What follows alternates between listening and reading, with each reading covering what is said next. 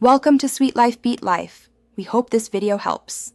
You begin by shutting down the computer and unplugging the power cable. This removes live power. Next, ground yourself. Either use a wrist strap or repeatedly touch the metal case, so static won't damage the 3060 tie. Once done, remove the side panel and locate the GPU. Make sure to clear nearby cables first.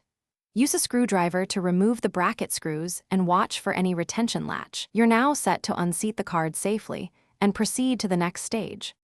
You'll now disconnect the PCIe power connectors. Press the latch and pull the plug straight out. Why? Because tugging at an angle can damage pins.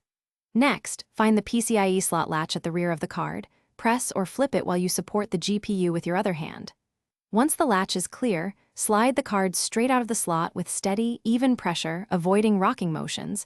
This prevents socket or card PCB stress. With the card free, set it on an anti-static surface and continue. You've removed the 3060 tie. Now inspect the PCIe slot and bracket area for debris, then reinstall any case screws you removed. If your system won't post after reinstalling, make sure the GPU is fully seated and the 6/8 pin cables are firmly connected. If problems persist, test the card in another compatible slot or try a different PSU cable. Finally, store the GPU in an anti-static bag and label it. This protects the card and makes future swaps straightforward. Thanks for watching. Consider subscribing if we helped you.